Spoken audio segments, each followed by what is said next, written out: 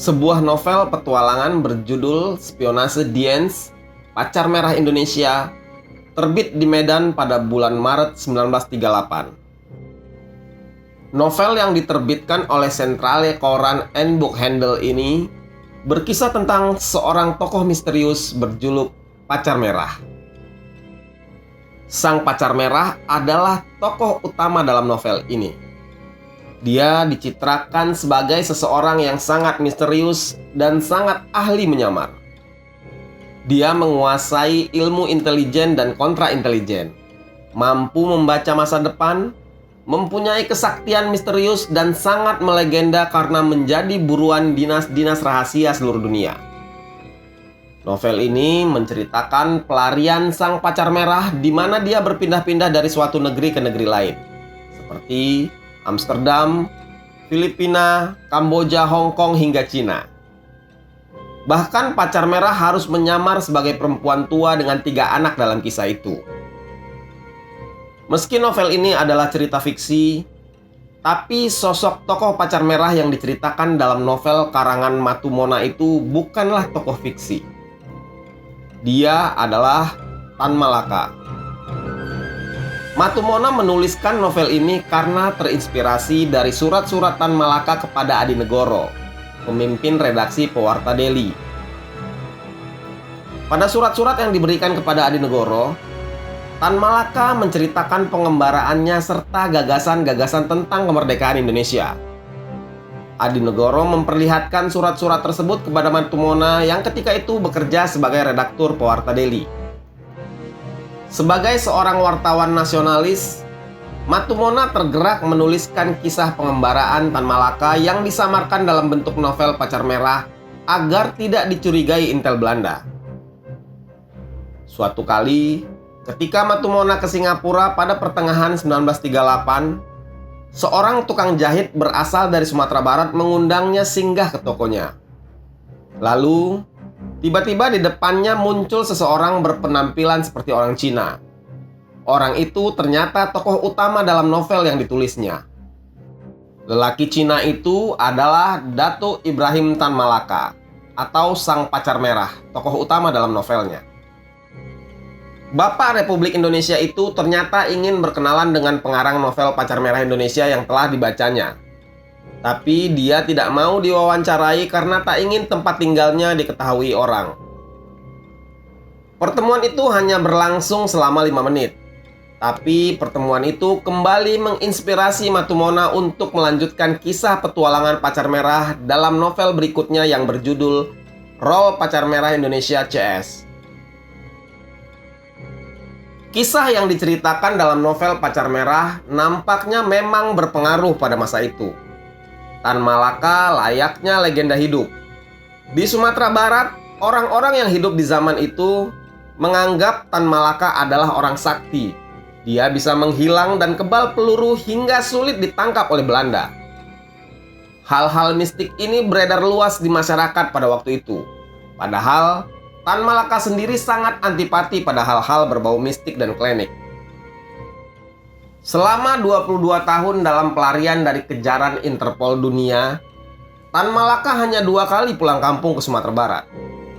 Kepulangannya yang pertama terjadi sekitar tahun 1942. Dia yang kala itu menjadi buronan Jepang, melakukan penyamaran hingga berhasil sampai ke Payakumbuh dan kemudian menyempatkan diri untuk menjenguk ibunya yang sudah renta di Pandam Gadang.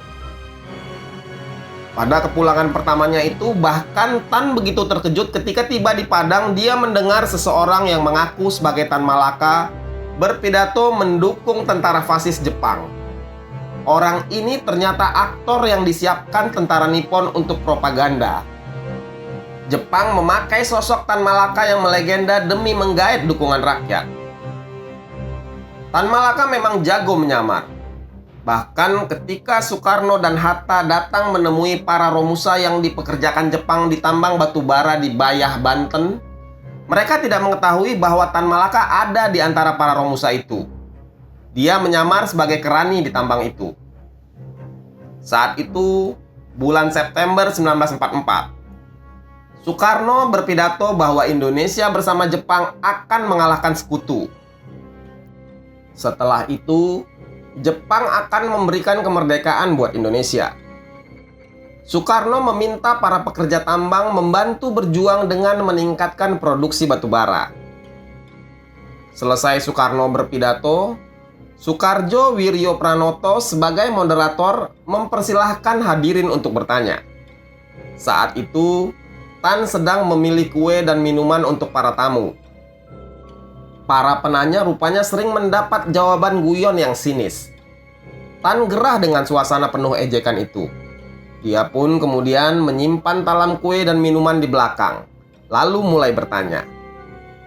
Tan tidak setuju dengan pemikiran bahwa Jepang akan membantu kemerdekaan Indonesia. Dia lebih percaya kemerdekaan bisa diraih sendiri. Soekarno kemudian menjawab bahwa Indonesia harus menghormati jasa Jepang menyingkirkan tentara Belanda dan sekutu. Tan membantah.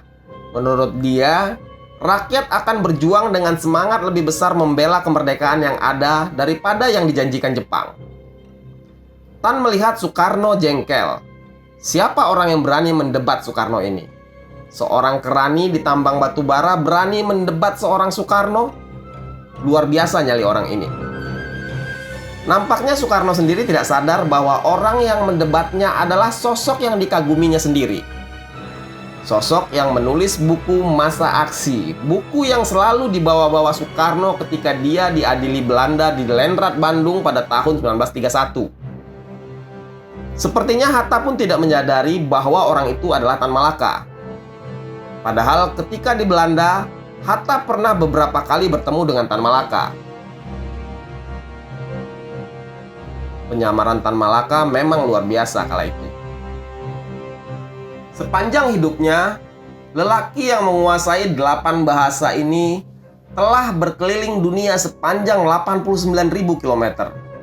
Lebih jauh dari perjalanan revolusi Che Guevara sekalipun.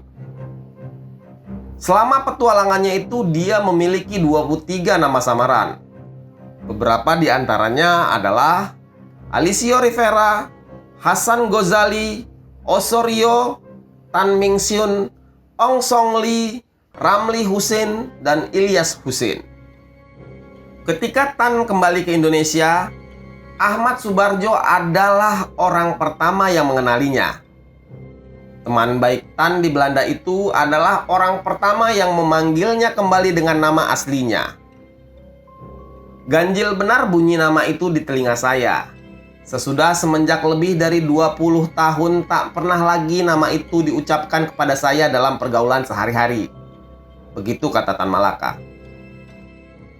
Ada kisah menarik yang diceritakan oleh Harry Albert Puze, seorang sejarawan Belanda yang telah meneliti tentang Tan Malaka selama 40 tahun. Pada 3 November 1945, keberadaan Tan Malaka di tanah air mulai terendus. Seorang perwira dinas intelijen Amerika Serikat melapor kepada Washington. Diberitakan Tan Malaka telah mendarat di Jawa 1,5 bulan menjelang kapitulasi Jepang. Ia masih tetap bersembunyi, tapi sekarang ia ada di Jawa Timur.